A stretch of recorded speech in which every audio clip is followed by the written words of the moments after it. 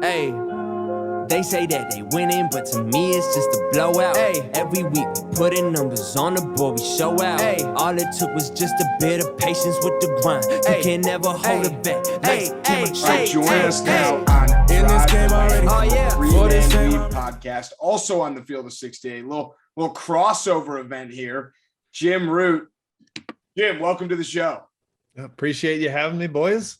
Hopefully I won't make any enemies here if I'm not the biggest Ohio State cheerleader in the world. I grew up a Wisconsin fan, so I was always envious of the football success that the Buckeyes had. Jim, to be honest, we're used to it, so don't worry. It's literally, even our own fans don't like Ohio State this year, so we're very used to it. It's all good. I will say, I'll toot your horn for you before we kind of dive into this. If you're not following Jim and his whole team over at Three Man Weave, there's nobody better covering hoops. There really isn't. They get into your favorite team, your most hated team, everyone in the country. They go through the whole field. It's everything you love about the Field of 68 in one podcast. They're awesome. Make sure you give them a listen if you aren't listening to them already. Now that I've talked you up, do you feel worse about how you're going to talk about Ohio State? I'm not going to be that mean. Yeah, I'll sugarcoat it more. You've earned that. You've earned that. So basically what we're thinking about doing with Jim is we're going to talk about a bunch of the Big Ten games, hear his takes on the lines, who he likes, who he doesn't like, and we'll get right into it. How about the play-in games? Rutgers and Notre Dame. Personally thought Rutgers was more deserving of, not having to be in a play-in game. But when you see Rutgers, Notre Dame is favored by 1 right now, depending where you're looking. We, of course, are looking on Bet Rivers, but where else would you look? Come on. Of course. What are your thoughts there? I like Rutgers. I think they've shown a higher upside than Notre Dame. I was surprised by how much the committee beat the drum for them beating Kentucky at home when you can go down the bubble and a lot of other teams had a big neutral site or home win against somebody like Baylor, or Rutgers has beaten every Big Ten team. So I'm with the Scarlet Knights there. I think their physicality kind of wears Notre Dame down throughout the game, and they dominate the paint there. I think just holistically, the style of play difference, like what wins in the NCAA tournaments, like defense seems to win over good offense, right? It just that's just seems what to happen. Rutgers has an unbelievable coach. Not that Mike Bray isn't.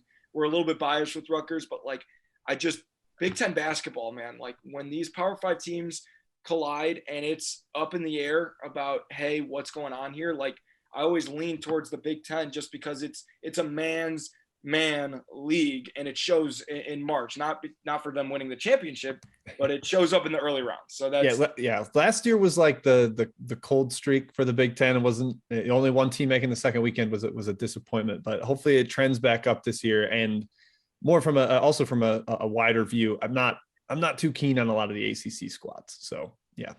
Amen to that. I think moving on, Andrew, next one on the docket is Wyoming versus Indiana. I have some very hard thoughts on this game, and I'd like to hear what you think as well. I'm probably leaning towards Indiana. Wyoming has been a team I've enjoyed watching all season because of their style. They've got 2 guys that are just awesome 1v1 post players, and then they put a bunch of shooters around them. And that's like aesthetically pleasing to me. Some people don't like it because they just sit there and back down, and it's not a ton of ball movement, but I just like the setup of that. But Indiana's has great post defenders. Trace Jackson Davis and Race Thompson can stand up against Ike, the Wyoming big guy. And then they post with their point guard a lot, Hunter Maldonado. And I think you can put Thompson on him. He's mobile enough to stick with him. Maldonado can't shoot, so you don't have to worry about him chasing him around the perimeter. I think they have decent matchups for him. And Indiana playing really well. Xavier Johnson actually giving them quality point guard play. So I have to lean towards the Hoosiers there. Andrew, I feel free to hop in too, but I feel like I want to hammer the Hoosiers. I don't know what it is now. It was 3.5 when I looked last night. It's 4, I think, today. I don't know, Andrew, if there's any update there, but I just think Indiana's playing the best basketball they've played all season, and they were so much more deserving than a lot of other teams in terms of in the play-in game. I don't understand. Playing game's crazy for them. My biggest gripe with there's a lot of different things that the committee does incredibly well, right? They have a hard job, but the fact that seems like they don't even factor in conference tournament play at all. And then also the fact that they have teams that earned the right to play in the tournament outright, playing in these play-in games. The combination of those two is so frustrating, but Indiana playing in this playing game is hilarious. And I think they are the UCLA option this year in terms of playing games in general of they can win and get hot. They just prove that they can win and get hot. I haven't been an Indiana believer all year, not even close. But now that Xavier Johnson, like you said, is playing well, I love the Hoosiers here too, Andrew. I don't really have a pick one way or the other, but just a bracket question for you, Jim, and Joey, you can chime in too. When you're looking at your bracket, you're filling out your bracket, do you wait until you see the result of the playing games to pick those games? Like, I kind of am of the mindset, like, if Rutgers or Notre Dame wins this game, they're advancing just because, like, they got the momentum and all that. I don't do it every time, but I usually, in my head, I'm like, the winner of this specific game is going to advance. Yeah, I feel that way, but then I feel like I'm cheating if I didn't actually pick that game then. Like, well, I put Rutgers / Notre Dame. I didn't actually pick the Rutgers versus Notre Dame game. Just to your point, though, I think the more likely winner in the round of 64 is the Rutgers Notre Dame one. I think Indiana and Wyoming are going to have trouble with St. Mary's. They're too well coached. I've seen them in person a bunch this year out in Vegas, and it's a tough team to deal with on a really short turnaround. All right, moving on. Michigan State and Davidson, a very interesting one. Where are you leaning? I'm going with Davidson. Kind of trendy, I think. A lot of people are talking them up. They made the A10 final. Michigan State kind of floundering a little late in the year. Tyson Walker got banged up in the game against Purdue. The Davidson offensive execution is incredible. They've got shooters everywhere. The way that Jones and Lee can shoot off of screens, I think, is really tough to defend. And the Foster Loyer thing is interesting. I can't slice it enough to make an angle one way or the other where it's like motivation for Loyer, but Izzo knows his game so well and how to game plan against him. I just think it's more about, I love McKillop. I love the way they run offense. And Michigan State's not a team that has impressed me of late down the stretch. Two things quickly. Michigan State, I think they stink. But granted, I'm not in a position to really talk as an Ohio State fan, but I don't think Michigan State is awesome. I do think Davidson's awesome, and Foster's one of my good friends. So therefore, I'm all aboard the Foster Loyer revenge train. And I also think that McKillop has done it. He's done it well. He's a great coach, obviously. Like, there's something to be said about mid-majors are trendy. It's fun. Like you said, it's a trendy pick. But a mid-major team that has done it with that coach and beaten really good teams, like that is more of a formula for winning. So I'm with you, which is poor Michigan State. I kind of fall, trap to, I really do not like to bet against Izzo. And the reason being, if I bet against him, I know he's going to win. And if I bet in favor of him, I know that that's going to be the first round game he loses, for however little times it's happened. And that may just because I took 5 games during conference tournaments, and all 5 of them, the teams had 15-point leads and 4 of them lost in overtime. So maybe I'm just overthinking everything, but I have a tough time, like, forget everything, and I have a tough time betting against Izzo. But moving forward, Purdue and Yale, big line, 15.5. I hate big lines in March Madness. What do you think? And I know I cut out a little bit there. So what I said was, I hate big lines in March Madness. Tons of emphasis on the hate. That's what it was funny. It was like emphasizing the hate. Yeah, it's like he hates big lines. I get it.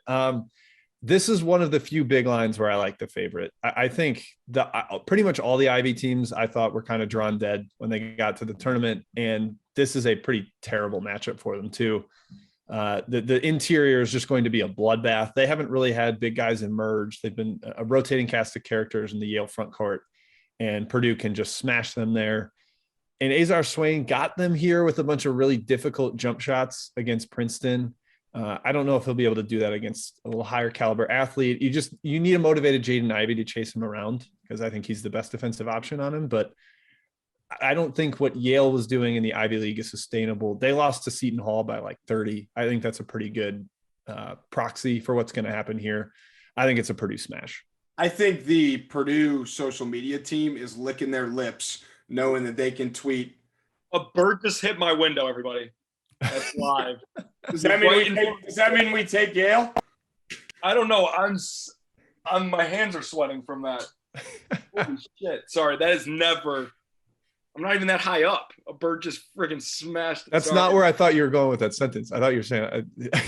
Sorry. Oh my I god. thought there was a bat in your room or something. But what I was saying, the Purdue social media team is ready to tweet IV greater than Ivy. Oh man.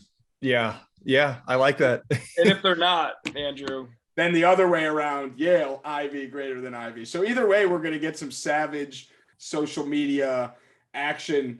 Moving on to Wisconsin and Colgate. Save your Colgate toothpaste jokes. We hear them every year. But Wisconsin favored by 7.5. Everyone says this. If Johnny Davis doesn't play well, not only are they not going to cover, they're probably not even going to win. Where do you lean towards? Sort of in that camp. Colgate, I think their biggest disadvantage is athleticism. And we saw it last year. Arkansas just wore them down in the second half. Despite a big Colgate lead early, they did not even cover the full game. That's not really how I think of Wisconsin. Like, they're not going to wear you down with athletes. They're just going to be disciplined and execute. And that's kind of right up Colgate's alley. I could see some skepticism there of like Wisconsin probably does it better than a Patriot League team does. And they have by far the best player. I don't know who's guarding Johnny Davis on this Colgate roster. There's no answers for that, but they can shoot the crap out of the ball. I think that keeps them close. They hit enough threes. They're one of the top. I think they're second in the country in 3-point percentage.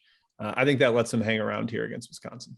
All I have to add there is I think that, and it's funny that you kind of alluded to it, I think Wisconsin is just like the glorified version of the best Patriot League team that can ever exist. And couple that with the fact that you've got a first-team All-American on their team, that's scary for them. I think like it almost would have been better if they played someone with like a different sort of style and feel. But at the same time, like Colgate is a trendy upset pick, and I don't see that as insane for picking Colgate to win this game. All that being said, like Wisconsin, they just win. Like, it's so weird. They just win. It's in Milwaukee too. Yeah. Right. And it's hard. It's just hard to see Brad Davidson losing in like an upset fashion for the end of his 8th year. Like, it's just hard to see that. I do remember that Wisconsin lost a 5-12 game to Cornell, and that felt like Wisconsin is an Ivy League team on steroids. And and Cornell took him to the woodshed a little bit, a team that could shoot like this Colgate Shout team. out Chris Waleski. Yep, that's what I was gonna say too, from our hometown, basically. There we go. Yeah. So I could see that kind of repeating here. Wisconsin is not like a monster analytically, so obviously the spread's not very big. If it's close though, you have to give the edge to Wisconsin. They've got a late game bucket maker, so Colgate needs to pull away if they're going to win. I think that game screams if you take Wisconsin minus 7.5, you're not covering, but Wisconsin's winning. Like, that's almost like a guarantee in my eyes. And as I say that, of course, now Wisconsin will win by 30. But moving on, can you tell I haven't had a good few weeks? No, I've been there. I've been there. You're just already reflexively preparing for the loss. It's understandable. It's like a bird's about to hit your window every time you talk. just preparing for it. Moving on, Iowa, Richmond. Joey knows it's not like a big secret how good Keegan Murray is, but I've been texting Joey, like, I think Keegan Murray is going to be a better pro than Paulo. I think he should be, a top 3 pick. Like, I am all in on Keegan Murray. So I think, they cover against Richmond. They have no trouble, really, their first few games in the tournament. I'm freezing, but just so everybody knows, I'm the one recording it, so it'll sound fine on the actual episode. But I'm all in on Iowa. Jim, how about you? Yeah, I haven't been in the past, but prior seasons I've been skeptical of the defense, and Fran's never made a second weekend in however long he's been coaching, 20 plus years. But that's kind of one of those trends that's true until it isn't. Like, Tony Bennett can't win in March is true until it isn't. And Mark Few can't make a Final Four, then suddenly he does. And then you have to just kind of reevaluate the narrative. Looking at this team, I think there's reasons to believe that it's different. The way they can play the small ball stuff with the Murrays at the 4 and the 5. It's a big spread from like a betting perspective. 10 points was a little bit surprising to me because Richmond has the offense to score against Iowa. But I'm in on Iowa as a darling. I know they're getting picked a lot because of the Big Ten run, but I get it. I see the appeal, and there's reasons to believe they can make that happen. We've been Iowa fans for a long time on this show for a number of different reasons. First off, Andrew has been like he said, he's been on Keegan Murray for a long time. He's also been on Iowa longer than anybody that I can think of in terms of like, all right, and Jordan Bohannon. He's been on Iowa a little longer. Sorry. Yeah, but and also Bohannon is our guy, and we were supposed to record with him before he played Ohio State. It didn't work out because like the game got canceled and moved and like all this stuff. We didn't end up recording with him, but instead I said, hey, can you send me a statement leading into the game that we can like tweet out and stuff? And it was basically like, I have all the respect in the world for Ohio State. Chris Holtman's the best. Like they have great players, great staff, but like, I fucking hope Joey Lane has the worst Saturday ever after we beat the shit out of them in Columbus or something like that. So yeah, we like Bohannon. We like Iowa. I think Iowa, they might struggle in the first game, but I think they're going to roll. Like they just have like this weird vibe, tournament, like successful vibe with like superstar, awesome guards, deep team. Like they're not going to get tired. Like people are like nervous that they'll be tired from the Big Ten tournament. Like they go 10 deep. Like they're not tired. I got a comparison there. It feels a little like just as you say that narrative feels like the Auburn team that went to the Final Four 100%. Almost lost to New Mexico State in the first round. And then they kind of rolled through like 3 straight blue bloods to get to the Final Four. Like that's kind of what Iowa could do here. You think about, Iowa teams in the past, and really all Big Ten teams in the past, it's just the year the Big Ten is going to have a national champion, but like usually the best player or scorer in the Big Ten, Joey and I have talked about this a lot, like all of a sudden they're scoring a ton, but the last few years the leading scorer player of the year is averaging like 17, 18, and all of a sudden Luka Garza is scoring over 20. But like Keegan Murray is the kind of guy, you're down 5 points with a minute left, he can score anyway, and you can't leave Jordan Bohannon, you can't leave McCaffrey. If Chris Murray's in, you can't like it's a matchup nightmare for everyone, which is why we have a ton of faith in them. But then moving on, a team that, I personally don't have a lot of faith in is Michigan. And they're playing Colorado State, a Colorado State team who's like ranked all year into the tournament, no problem. 2.5, Michigan's the favorites. I was a little shocked by that. Where are your thoughts? Yeah, I was surprised by that too. I think this is a coin flip. So like, if I'm getting 2.5 in a coin flip, I'll take the underdog there with Colorado State. I don't have a strong opinion on who wins. That's just more a numerical value thing for me. I did a Colorado State podcast earlier today, and so I was buttering up the Rams, pandering to the audience, of course. And I like the Colorado State. The one thing that's intriguing to me here is when the Rams go small and they play Roddy at the 5. Against Dickinson, I think both teams can score like crazy. Like Dickinson's going to dominate in the post, 92nd percentile or something per synergy in post scoring. And then Roddy can move him around in the perimeter, set ball screens and make him try to move. And that's an issue too. So I kind of like a lot of points in this game because I think both teams can find ways to manipulate the other defense. I think if Phil Martelli coaches, they win. I think if Juwan Howard coaches, they lose. Pretty simple. Shade. I love it. It's not shade. It's you said that. You said the same thing before the Indiana game, like literally the same thing. I mean, just look at the recent. Phil Martelli is a better basketball coach than Juwan Howard. They have the same roster, but he's a better basketball coach. That's just Juwan Howard is a better figurehead for a program because he's a great recruiter. And like, I'm not knocking him because I remember when he got hired, I was like, damn, that's really, really cool. And obviously I'm a Michigan hater. Like I'm not being around the bush about it, but like Phil Martelli is a better basketball coach. He's a better college basketball coach at least. So, I mean, maybe Juwan just sits out a couple rounds and like just learns a little bit from him. And somebody on the Michigan staff is encouraging him to go take a swing at somebody else. I mean, holy moly. We don't even need to. No. Yeah.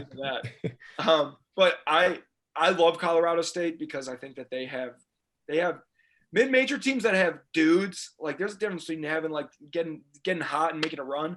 Like Colorado State has dudes and they play in a tough conference, a multiple bid conference. Like they are battle tested. And Michigan is talk about floundering. They're in a weird state. Like it's just weird. And it's not your father's Michigan team. They're not as good as years past. So I don't know. I'm just a hater. I'm going to take Colorado State money line anyway. So what's the record for least amount of wins going into the NCAA tournament? Not counting like in the 1920s when they played 8 games. Like Do you know? I think it is. It's probably 17. I know that I think 3 games over 500 is the closest to 500 that an at-large team's ever gotten. There's only been like 2 or 3 in the past that have done it, other than the COVID year when schedules were weird. So it's rare that they got in. And then of course they're above 2 other Big Ten teams for the play-in game, which is a little surprising. I just another note on that. I remember there was a Vanderbilt team that had like no wins that got in, but they might have been playing game. Yeah, I think they played like Northwestern in the first round, I want to say. Right, and then 8-9, exactly. Yep. And I think that was weird because Vandy had like 16 wins, I think, like or maybe like 18 wins. Michigan has less, but obviously they missed some COVID games. But the classic like of there's those couple mid-major, low-major teams that are like 12 and 19 that make it or whatever because they made a run in the tournament. But Michigan's got to be record-wise the worst Power 5 team ever. Definitely not to be in a play-in game for sure. Yep. I just found that Vandy team. They were 19 and 15 after the tournament, the SEC tournament. So they ended 19 and 16. Yeah, I think the 3 games over 500 is like the really rare mark. Yeah, that's insane. I wasn't sure. It was great too. Sure what you were looking at. I thought maybe a bird was flying into your window or something. No, I got my second screen with all my information's over here. That's where I go to. I still can't believe I've never seen that before. That bird full on head first into my window. It's like, I guess I have my blinds open for the first time in a while. Maybe they just got excited. Anyway, we got two closer to my favorite part of the show. Okay. We got 2 games left. All right. Illinois, Chattanooga. This has been a big, in the people I know, we're Chicago guys. The people I know, this is a big, like, hey, Chattanooga money line. This is a big upset team, which I don't really understand. Go. I wanted to like Chattanooga coming into the tournament. I like their formula as an underdog. They play slow. They can make a bunch of threes. Shortening the game as an underdog is always a good option. Minimize the talent gap that bears out over a bunch of possessions. But Illinois is a tough team to bet against in a tournament setting because they've got a monster big man. They've got shooters and then multiple guys in the backcourt that can make plays late. Frazier I think the ball should be in Frazier's hands late, not Curbelo. I don't think that's probably a hot take at all, but it needs to be. And Chattanooga, although they have some shot makers in their backcourt too, Smith and Jean-Baptiste are remarkable. This just isn't the matchup for them, unfortunately. I might end up taking Chattanooga plus the points because 7.5 is a decent amount, but I'm not picking Chattanooga to win in my bracket. I think it's going to be really tough for them to win outright. Illinois is my favorite team, and we'll talk about distances and rounds that we think these teams will go into, but like Illinois is my favorite team out of the Big Ten to make a run. The only thing that I think is holding them back is like, and it's going to sound like a hater when I'm not trying to be a hater, but like Underwood, like I don't know how great he is, like ultimate recruiter, ultimate hype man. Everyone loves playing for him. There's no doubt he's awesome. They won the Big Ten, but like he hasn't had a ton of success. Like my man, Holtman. I mean, like, hasn't had the most success in March, got out-coached last year against Loyola. This team is incredible. Like you said, Kofi's unbelievable. Their best player is Trent Frazier, and he's not even up for any Player of the Year awards. Like we talk about that all the time on the show. I'm as big of a Trent Frazier fan as there is in this world. He should have a statue and a jersey retired in Champaign. But I love Illinois. I think that they're going to go as the furthest of any team out of the Big Ten. Granted, I don't know Illinois. I think Chattanooga also is awesome, but like you said, Illinois doesn't lend themselves to to a team like Chattanooga. It's a bad matchup, like you said. Like Illinois is just they've got big plans. Like they've got 2 9-year seniors. Like they have big plans. Like I believe in them, and I hate that because me and Andrew, I mean, like we're 2 Illinois guys who don't like Illinois. All our fans like Illinois. We don't want to say these things, but I'm a believer in them, unfortunately. So we shall see. Our friends, not our fans. Our friends. I said friends. No, you said fans. I got a lot of fans, Andrew. I'm sorry. All right, the big one, Jim. This is why we brought you on, because we want to get angry at you. We need someone to be negative on this show. And we need someone to be like, we told you, Jim Rue, you were wrong. But that's fair. I will wear that. I'll wear that. Ohio State, Loyola. Ohio State is 1 to 1.5, kind of going both ways, underdog. I see that and I think, wow, when's the last time we had an Ohio State money line opportunity, Joey? But Jim, what do you see? Because I'm guessing that's not what you see. Yeah, I'm concerned about this Ohio State team. I did not like the trajectory that they took at the end of the year.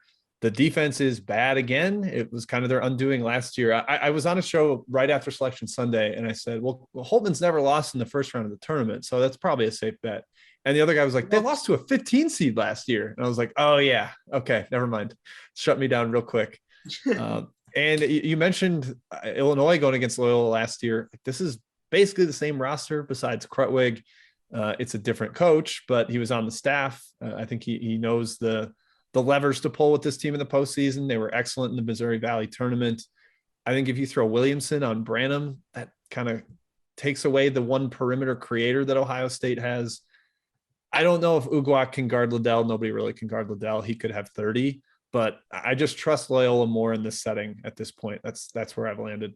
I literally can't. I don't disagree with anything you said. Obviously, we're homers, and we're just going to stick to that. The reason I really do, there's a couple things that jump out to me, and I'd love to hear your thoughts, because obviously I'm Mr. Ultra Positive. Like, I hate it, but like, how could I not be about Ohio State? You're spot on. The trajectory stinks. It's scary, blah, blah, blah, whatever. A couple things I like about this matchup for Ohio State. Number one, you look at the two coaches. Obviously, Holman hasn't had a ton of success in March. Valentine's first year in March. He's a young guy. Like, who knows in the first game of his tournament career what that's going to look like. So that's first and foremost. I think you got to lean Holtman, whether you like the guy or not. Everyone listening to this freaking show, whether you want the guy fired or not, which is insane to even say out loud. I know it's crazy, Jim. People want him fired. It's I'll take him at Mizzou. I'll take him in a heartbeat. Yeah. I've been saying that, but we'll get to that later. Okay. Oh my God, that would be my nightmare. But anyway, whether you like the guy or not, the coaching falls towards Ohio State, I'd say, just purely based on this guy it being his rookie game. Loyola does not rebound the ball well. That's been Ohio State's Achilles heel when they play these big athletic teams. Like, yeah, it's an advantage for E.J. Liddell on offense, but then when we get on defense, we can't rebound. You're looking at a game where maybe we don't have Zedke. I really think we definitely won't have Kyle Young.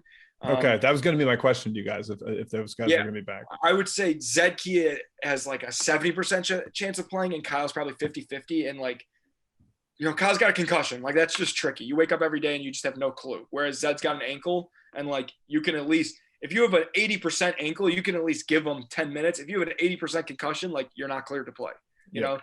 So without those two guys playing, the fact that Loyola doesn't rebound at a super high level, I love that. You couple that with the fact that Loyola plays slow. Obviously, Ohio State would like it to be an up and down game, I think, like in terms of how they would like to play in general. But the fact that Ohio State's going to have a really short bench, only really one true big guy playing, I think that helps, because then EJ's not tired, Malachi's not tired, Jamari's not tired, guys who are probably going to play 40 minutes come Friday night. I think that helps in that. And then last but not least, like, as great as a guy like Williamson is, Norris, like, they're great players. They don't scare me like Big Ten guards do. They don't scare me like guys who are just going to break you down, beat you one-on-one, go score, which is, we've struggled guarding literally the ball. Like, we can't guard the ball. Like Justin Arns, Cedric Russell, they can't guard the guy in front of them. As bad as our rotations have been on ball screen, like, we can play a zone, but we can't guard the basketball one-on-one, which has been Holtman's MO since day one. Now, all of a sudden, we just can't guard the basketball. So the fact that Brady Norris is not going to sit there and take Jamari Wheeler in the post and break him down one-on-one, like, that lends to Ohio State. So all that to be said, my final thought is, in March, when it's this close, the way that I like to go, and it's different than you, Jim, obviously, because you're picking Loyola, is Ohio State's got the two best players on the court. That's got to count for something when in this close of a game. So that's the way I kind of look at it at the end of the day. And that is as unbiased as I can be in terms of how I see this shaking out. I agree. They do have the two best players on the court. Like, I'm not going to try to say Williamson's a better player than Branham. Liddell, obviously, the number one guy in the court. So yeah, I buy that argument. I last year I thought I guess Krutwig was really good, but maybe Georgia Tech had the best players on the floor. Moses Wright didn't play though, so maybe that's a bad argument. Yep, I'll give it to you. I'm sticking with Loyola, but I understand it. Here's my concern, Joey. My concern is that Ohio State was got a lot of concerns, Andrew. My concerns that haven't been mentioned were Ohio State was like a buzzer beater against Akron and an overtime win against Indiana, loss instead of win, away from not being a 7 seed. So like when you just look at the seeds, I don't love I know you could say that about any team, but like I don't love I don't think it's a 7 versus 10 matchup, and that's true in the fact it is a 7 versus 10 matchup. Ohio State should be a 10 and Loyola should be a 7. Right. I mean, I don't think Ohio State is a true 7 seed, which is reflected by the spread, which is what worries me. That's fine. We lost to the 2 worst teams in the Big Ten at the end of the year. Like that's why we're a 7 seed, not because of almost losing to Indiana and almost losing to Akron. Like we are playing bad. What I'm saying is, before those games, like everything looked different. Like this. If you look at every single thing from the whole season, we looked into every game and everything all year, like there were some low points outside of just the 2 most recent Andrew, losses. And Jim, thanks for coming on the show, because now we're doing the regular show without you on here. But to counter you, and then we'll get into the last few points. To counter you, Andrew, like there's been some pretty stinking high points also. We beat Duke, we beat Illinois on the road. Like, I mean, we beat Wisconsin, murdered them. Like there's some pretty high points as well. So thank you for being devil's advocate. But every single team in March, right, Jim? Like every team has these close calls. Like think about Auburn. Auburn like was on the ropes for 4 straight weeks. And, yep. They almost lost to my Tigers, man. You can't do that. Yeah. Yeah, exactly. They're bad on the road. Yep. Yeah, they need the jungle. But Jim, we've talked about the Big Ten. I think it's pretty certain we've got the same teams that we think are going to go far. We talked about that already. Let's take it outside the Big Ten maybe here for a second. Who are some other sleeper teams that you like? Maybe a few upset money lines that you like. Maybe some teams that are studs that are just going to roll all tournament long. What are you looking at? I think the hype around Virginia Tech is pretty real after the ACC run, but I like their draw. I just am not picking up what this Texas team's putting down, and Purdue's defense is certainly worthy of skepticism as well. Teams with their metrics just don't typically advance very far. And then elsewhere, the spreads come down a little bit, but I think Vermont is going to give Arkansas everything they can handle. It's down from 6 to 5, but potentially a money line look there. That's mostly it. I'm not too far out on limbs with upsets yet this year, but I've got a long time to go still through the bracket. I've filled out, I'll show it to you guys. I've got through like very few of my names are filled in. Haven't even gotten to the Sweet 16 yet. Is Loyola filled in? Yes. It's one of the games. Jim, I've got my lock of the century. Like, please use this when you guys do your shows and stuff. Like, this is serious. I've never felt stronger about anything. Vermont first half, whether you want to take it spread or money line. Yeah, no, I love that. Colgate won the first half against them last year, and then Arkansas can wear them down. Arkansas never is leading at halftime. I swear. It's like, I don't know if it's just a luck of me flipping to their games on ESPN. Vermont is they're so good. Like, will they win the game? I don't know. Arkansas is awesome, but they will be in the game, whether it's leading or down by 2 or whatever case is. In last year's tournament, I love that. Last year's tournament they're down by 10 in every game and still made Elite 8. Yeah. And this year was this. It's just that's like they're like, think about the Musselman teams of the past too. Like Nevada was down like 27 to Cincinnati or whatever, and then came back and won. Like, that's just their, like, that's just how they operate. They like to be behind. Like Musselman's like, oh, we got them right where we want them. We're down 12 with 8 minutes left. Like, it's hilarious. So that's my I don't even know what to call it. Lock of the century. Like, I just lock of the first half of the first games. Yeah, I buy it. Oh man, but yeah, I'm all over that. Vermont, that just peaked. That's like the one that I like. I got one final question for you, but first I want to point out something kind of interesting. Last year, the games were Friday, Saturday, and Ohio State had the first game on the first day on Friday. Technically, Ohio State plays at the same day, same time this year. First game on Friday. Just important to note if you want to write it down. Don't know if it's good, don't know if it's bad, but it's crazy. Spooky. And then my question for you, got to get a little Mizzou minute in here. You went to Mizzou, of course. I went to Mizzou. My question is not who you think they're going to get as a coach. My question is, are you confident in being happy with whoever they get as a coach? No, and here's why. I think there's a lot of awesome names that I'm excited about, but I'm already resigned to the fact that it will be Kim English. And because he's a grad, I think people love the idea of like, we want a Mizzou lifer. And I don't think that matters at all. I think if you get a guy who's good enough to move on to a better job, that means he won at your program. And I'm very happy about that. I would be totally fine with that.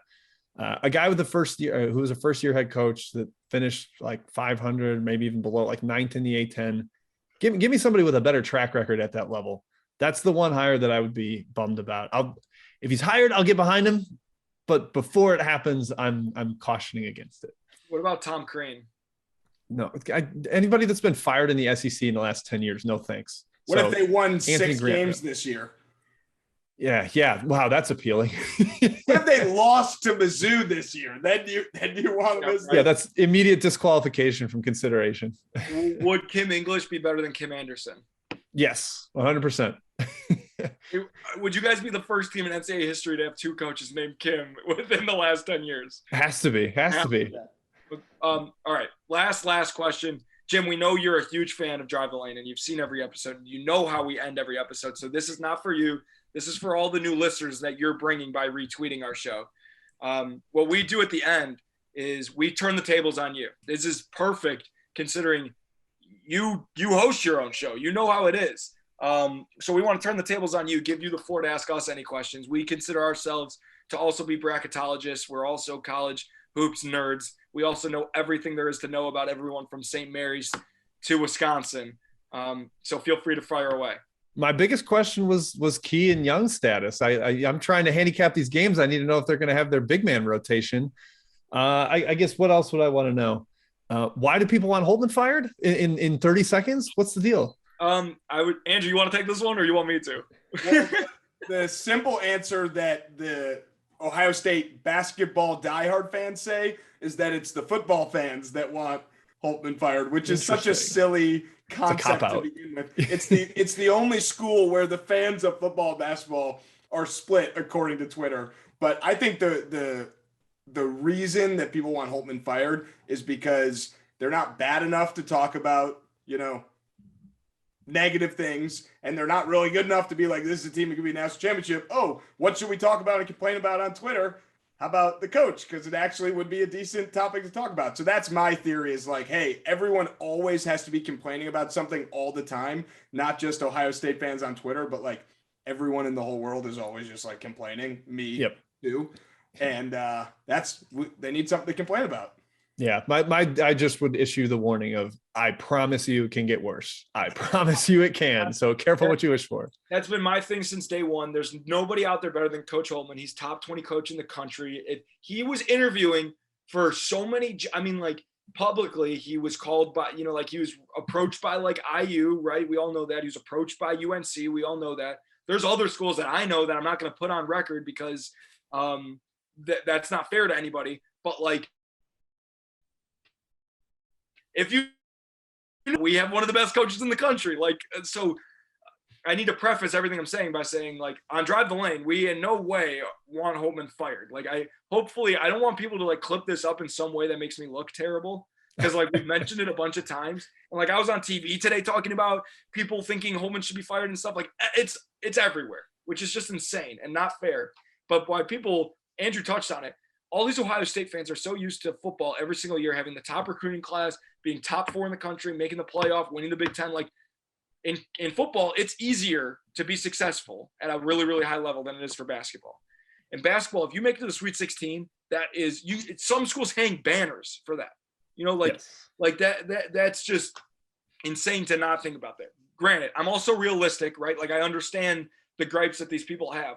No regular season, no tournament championships in the Big Ten, no Sweet 16s yet. All right, that happens. If you look at each individual season, Holtmann was unbelievable his first year with a roster that included me as 6 guys returning. Okay. So that's first and foremost. That's the second year, which was my senior year. You had a guy like me playing meaningful minutes in games, and we went to the NCAA tournament. Like that year we were picked to finish bottom of the Big Ten. We ended up being like right in the middle and then winning a game in the NCAA tournament. If that's not a super successful season, I don't know what is. Next year was probably arguably his best year with the most momentum going into the tournament. And they didn't have a tournament. They were going to be a 5 seed. They were competing to win the Big Ten in the regular season and in the tournament. They would have been a 5 seed, and they would have been, I think, awesome.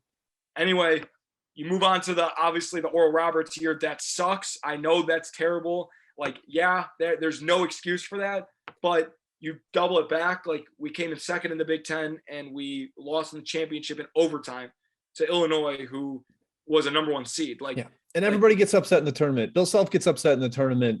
Tom Izzo lost to a 15 seed once. Like, it happens. Do people understand that college basketball is the best sport in the world because the best teams lose every single night? And that's why we love it. Like, the grass isn't always greener is the final statement I'll make. Coach Holtmann, Ohio State is a top 20 job in the country, if not top 10. And Coach Holtmann is a top 20 coach, if not top 15. Like, I just I lit the fuse here. I lit the fuse here with that question. Like, you want Patino? Who do you want? Like who do you want? Jay Wright and Billy Donovan? Like, no, you're not getting them. You're getting Chris Holtmann, who's a damn good college basketball coach. And like, I would die for that man. Like, Drive the Lane. I'll say it on. I'll put it on record here. Drive the Lane is probably gone if Chris Holtmann gets fired at the end of this year. So, like, unless he goes to Mizzou, because then we would have another in. Then we start Drive the Zolden, and it's a Mizzou team. Yeah, there we go. Mizzou podcast instead. All right, so Jim, thank you. So now we don't have to talk about that in our regular part of the show. We have addressed it.